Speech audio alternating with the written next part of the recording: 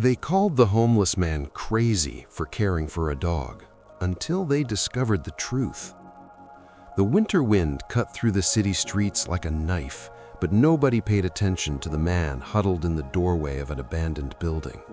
Nobody, except for one thing, the dog lying beside him, a scraggly golden retriever with matted fur and tired eyes. People walked past them every day, and the whispers were always the same. "He's crazy," they'd say. "He can barely feed himself, and he's wasting what little he has on that mutt." But what they didn't know, what they couldn't possibly imagine, would soon change everything. The man everyone ignored.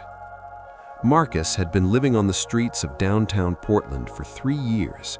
Once a successful architect with a beautiful family and a house in the suburbs, his life had crumbled after a series of devastating losses. First came the accident that took his wife and daughter, then the depression that consumed him, then the drinking that cost him his job, and finally the foreclosure that left him with nothing but the clothes on his back and a heart full of grief. The streets became his home, and loneliness became his constant companion, until one rainy night when he heard whimpering coming from a dumpster behind a restaurant. Inside, shivering and starving, was a golden retriever puppy, barely alive. Someone had thrown the dog away like garbage. Marcus named him Hope. That was 2 years ago. Now Hope was no longer a puppy, but a loyal companion who never left Marcus's side. They shared everything: scraps of food, cardboard boxes for shelter, and the cold, hard reality of life on the streets. The judgment of strangers. Every morning, Marcus would sit on his usual corner with Hope lying beside him, a small cardboard sign propped against his knee. "Anything helps, God bless." But it wasn't Marcus that people stared at, it was Hope. "Why does he keep that dog?" businessmen would mutter as they rushed past. "He should give it to a shelter where it can have a proper life." "It's animal cruelty," one woman complained loudly to her friend. "He can't even take care of himself. How can he care for a dog?" Some people would stop and lecture Marcus about responsibility. Others would call animal control, reporting him for neglect. The officers would come, examine Hope, and leave, because despite the dog's shaggy appearance, he was healthy, well-fed, and clearly loved. What they didn't understand was that Marcus always ate last. Every sandwich he received, every dollar he earned, went to Hope first. The dog had kibble when Marcus had nothing. The dog had blankets when Marcus shivered through the night. The dog saw a veterinarian when Marcus ignored his own infections and illnesses. "You're crazy," a teenager once told him. "Why do you sacrifice everything for that dog?" Marcus had simply smiled and stroked Hope's fur. "He saved my life," he said quietly. "This is the least I can do." Discover the incredible truth. Keep reading to find out what made everyone change their minds about Marcus and Hope. The day everything changed. It was a Tuesday morning in November when Sarah Mitchell, a young journalist for the Portland Tribune, decided to do a story on homelessness in the city. She'd walked past Marcus and Hope dozens of times, always dismissing them like everyone else. But that morning, something made her stop. Maybe it was the way Marcus was carefully wrapping a torn blanket around Hope to protect him from the drizzling rain, even though Marcus himself was soaked through. Maybe it was the gentle way he spoke to the dog, like he was speaking to an old friend. Or maybe it was the fact that Hope looked at Marcus with such pure, unwavering devotion. Sarah approached them cautiously. "Excuse me," she said. "Would you mind if I asked you a few questions?" Marcus looked up, surprised. Most people avoided eye contact. "Sure," he said, "though I don't know if I'm very interesting." Sarah sat down on the cold pavement beside them, pulling out her notebook. "Tell me about your dog." Marcus's face lit up, the first genuine smile Sarah had seen. For the next hour, he told her everything. How he'd found Hope, how the dog had given him a reason to wake up every morning when he'd been planning to end his life, how Hope's unconditional love had slowly healed the wounds that alcohol and despair had carved into his soul. People think I'm crazy for keeping him, Marcus said, his voice thick with emotion. They think I should give him up, but they don't understand. Hope isn't just a dog to me. He's my family. He's the only family I have left. Sarah listened, tears pricking her eyes, but then Marcus said something that made her pause. Besides, he added quietly, Hope is more than just my companion. He's a therapy dog. Sarah blinked. A therapy dog? Marcus nodded. Before I lost everything, Hope was being trained as a therapy dog. I was his handler. We used to visit hospitals, nursing homes, schools. He brought joy to so many people. He paused, his hand resting on Hope's head. When I ended up on the streets, I couldn't let him go. And even now, he still does his job. The secret life of Hope. For the next few weeks, Sarah followed Marcus and Hope, documenting their daily routine. What she discovered left her speechless. Every Tuesday and Thursday afternoon, Marcus and Hope would walk to St. Mary's Community Center, a place that provided meals and services to the homeless. But Marcus wasn't there for himself. He was there to volunteer. With permission from the center's director, Marcus would bring Hope inside to visit with the other homeless individuals, many of them struggling with mental illness, addiction, or severe depression. Hope would go from person to person, resting his head on their laps, letting them pet his soft fur, offering comfort without judgment. Marcus and Hope are miracle workers, Father Thomas told Sarah. These people haven't smiled in months, maybe years, but when Hope comes around, something changes. He reaches them in ways we can't. Sarah watched in amazement as a Vietnam veteran with severe PTSD, who normally sat alone in a corner refusing to speak to anyone, broke down crying while hugging Hope. An elderly woman suffering from dementia who didn't remember her own children lit up with recognition when Hope approached her, calling him by her childhood dog's name. Marcus would sit quietly nearby, never seeking attention or praise. When asked why he volunteered when he had so little himself, he simply said, "Hope and I have been given a gift. It would be selfish not to share it." But that wasn't all, Sarah discovered. The morning routine. Every morning before dawn, before sitting on his corner for the day, Marcus and Hope had another stop to make. They would walk to Lincoln Elementary School, arriving just as the sun began to rise. There, a small group of children would be waiting by the fence. These weren't just any children. They were kids from troubled homes, abuse, neglect, poverty. Kids who struggled to make it through each day. And every morning, before school started, Marcus would let them spend a few minutes with Hope. Mr. Marcus and Hope are my favorite part of the day, a 7-year-old girl named Emma told Sarah. When Mom's boyfriend is mean at home, I just think about seeing Hope, and it makes me feel better. The school's counselor, Mrs. Rodriguez, had quietly sanctioned these morning visits. Marcus reached out to me a year ago, she explained. He asked if Hope could help some of our struggling students. I was skeptical at first, a homeless man and his dog, but I gave it a chance, and it's been incredible. Some of these children have shown remarkable improvement. They're more focused, less anxious. Hope gives them something stable to look forward to. Sarah learned that Marcus had even created a simple routine with the children. He'd teach them how to properly pet a dog, how to read Hope's body language, how to be gentle and patient. In doing so, he was teaching them compassion, responsibility, and self-control. "These kids remind me of my daughter," Marcus admitted one morning, watching Emma giggle as Hope licked her face. "I couldn't save her, but maybe I can help save them." This story gets even more incredible. Keep reading to discover what happened when the city found out. The article that changed everything. When Sarah's article was published, complete with photos of Marcus and Hope at the community center and with the children, the response was overwhelming. The headline read, "The homeless man they called crazy is saving lives one wag at a time." Within hours, the story had been shared thousands of times on social media. By the next day, it had gone viral. News stations from across the country were calling, wanting interviews. The story of Marcus and Hope had touched something deep in people's hearts. But more importantly, people started to see Marcus differently. The businessman who once called him crazy showed up with a bag of premium dog food and an apology. The woman who reported him to animal control returned with tears in her eyes and a donation. Strangers began stopping, not to lecture, but to thank him. "You're doing more good than most people with homes and money," one man told him. "Thank you for your service to this community."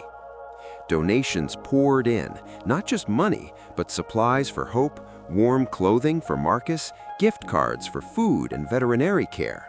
A local pet store announced they would provide free food and grooming for Hope indefinitely. A veterinary clinic offered free medical care for life. The decision that shocked everyone. With the sudden attention and resources, people assumed Marcus would use the money to get off the streets. Organizations offered him housing assistance, job offers came in. People wanted to help him rebuild his life. But Marcus surprised everyone with his response. "I'm grateful," he told reporters who gathered around him one afternoon. "More grateful than I can express, but I'm not leaving the streets, not yet." People were confused. Why would he choose to remain homeless when he had the means to change his situation? Marcus explained, "There are people out here who are suffering just like I was, people who feel invisible, worthless, forgotten. Hope and I can reach them because we are one of them. If I leave, I lose that connection. I lose the ability to help." Instead of using the donations for himself, Marcus made a bold proposal. He wanted to start a program called Hope's Heroes, an initiative that would train other homeless individuals and their dogs to provide therapy and emotional support to people in need. The program would help both the homeless volunteers and the people they served, creating a cycle of healing and purpose. Everyone deserves dignity. Everyone deserves purpose. Just because someone is homeless doesn't mean they have nothing to offer. Sometimes the people with the least have the most to give. A movement began. The community rallied behind Marcus's vision. A local nonprofit provided organizational support. A warehouse owner donated space for a training center. Professional dog trainers volunteered their time. Mental health professionals offered guidance. Within 6 months, Hope's Heroes had 15 teams, homeless men and women with their dogs, all trained to provide emotional support and companionship to vulnerable populations. They visited hospitals where patients brightened at their arrival. They went to nursing homes where elderly residents treasured their visits. They partnered with schools, helping troubled children find comfort and confidence. They even worked with the police department, providing support to victims of domestic violence and crime. Each team member received a small stipend for their work, enough to cover basic needs while maintaining the authenticity and connection that came from shared experience. But more than the money, they received something far more valuable: purpose, dignity, and hope. "Marcus showed us that we matter," said James, a former addict who was now part of Hope's Heroes with his dog, Scout. "He showed us that our experiences, our struggles, they don't make us worthless. They make us perfect for helping others who are struggling." The transformation of a city. What started as one man and his dog on a street corner became a movement that transformed an entire community. Portland's approach to homelessness began to shift.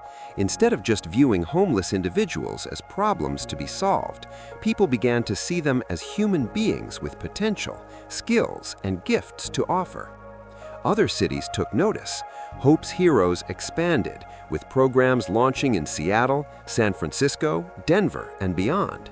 Marcus traveled to these cities, sharing his story and training new teams, but he always returned to Portland, to his corner with Hope, to the community center, and to Lincoln Elementary School.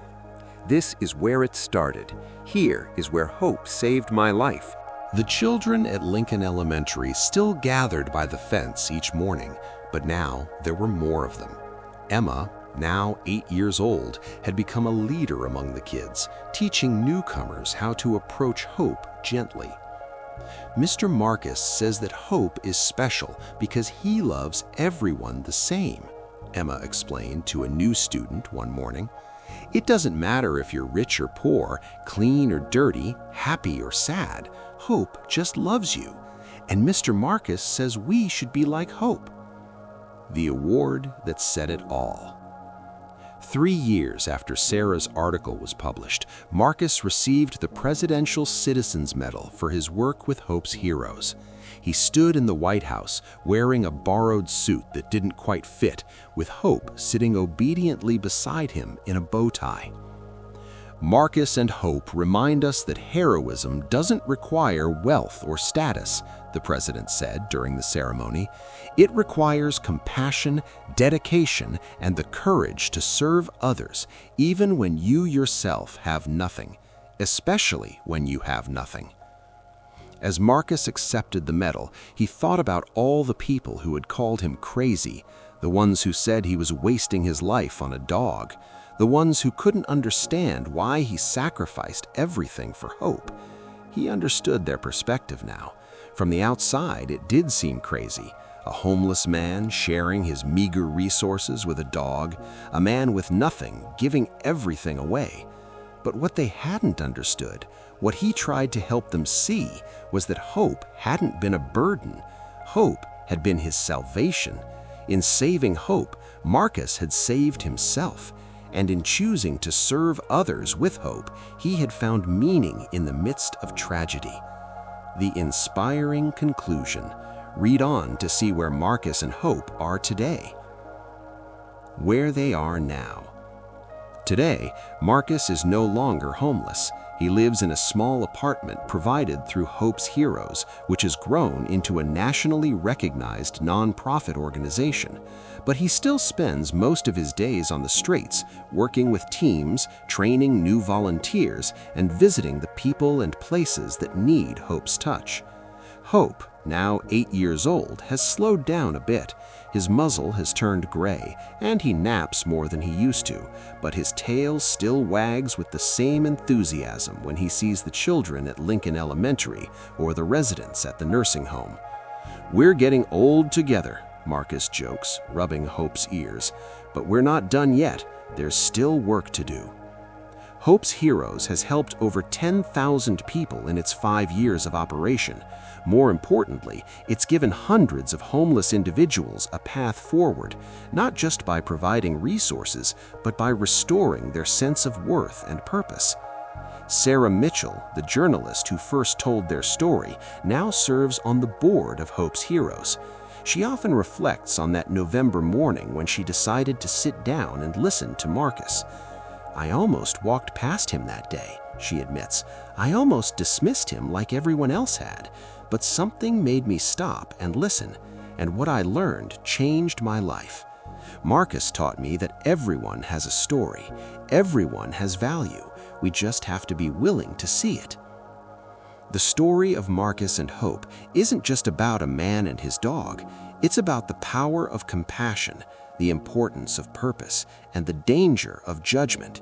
For 3 years, people looked at Marcus and saw only a crazy homeless man wasting resources on a dog. They saw what he lacked, not what he had to offer. They saw his circumstances, not his character. But the truth was far more beautiful than anyone imagined.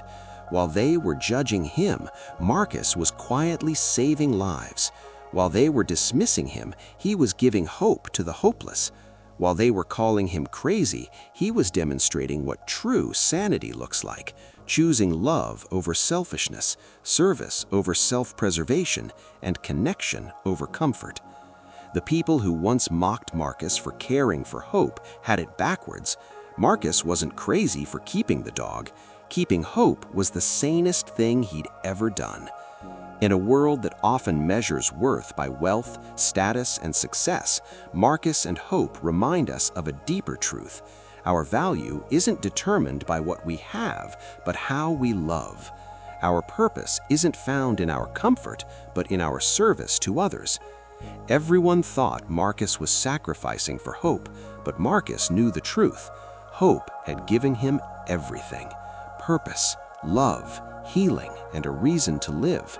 Caring for Hope wasn't a sacrifice, it was a gift.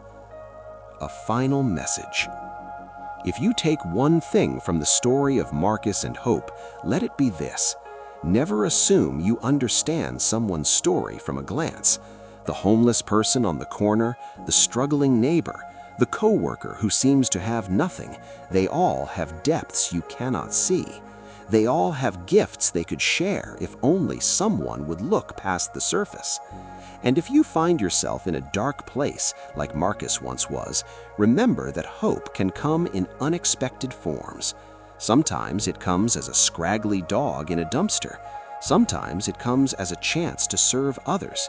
Sometimes it comes as the realization you still have something to give, even when you feel like you have nothing. Marcus was right when he told Sarah that hope saved his life, but he left out one crucial detail.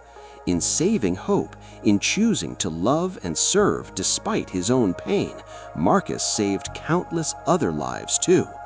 That's not crazy, that's heroic. If this story touched your heart, consider how you can be someone's hope today. Volunteer at a local shelter, donate to organizations serving the homeless, or simply stop and listen to someone's story. You never know whose life you might change or who might change yours. Remember Marcus's words: the people with the least often have the most to give. Don't let judgment blind you to the heroes walking among us. Hope's Heroes continues to operate in 25 cities across the United States, providing purpose and dignity to homeless individuals while bringing comfort to those in need. To learn more or to support their mission, visit hopesheroes.org, fictional website for story purposes. Marcus and Hope still visit Lincoln Elementary every morning, still share moments with children who need them, and still prove every day that love in its purest form knows no boundaries, not poverty, not hardship, not judgment, only hope.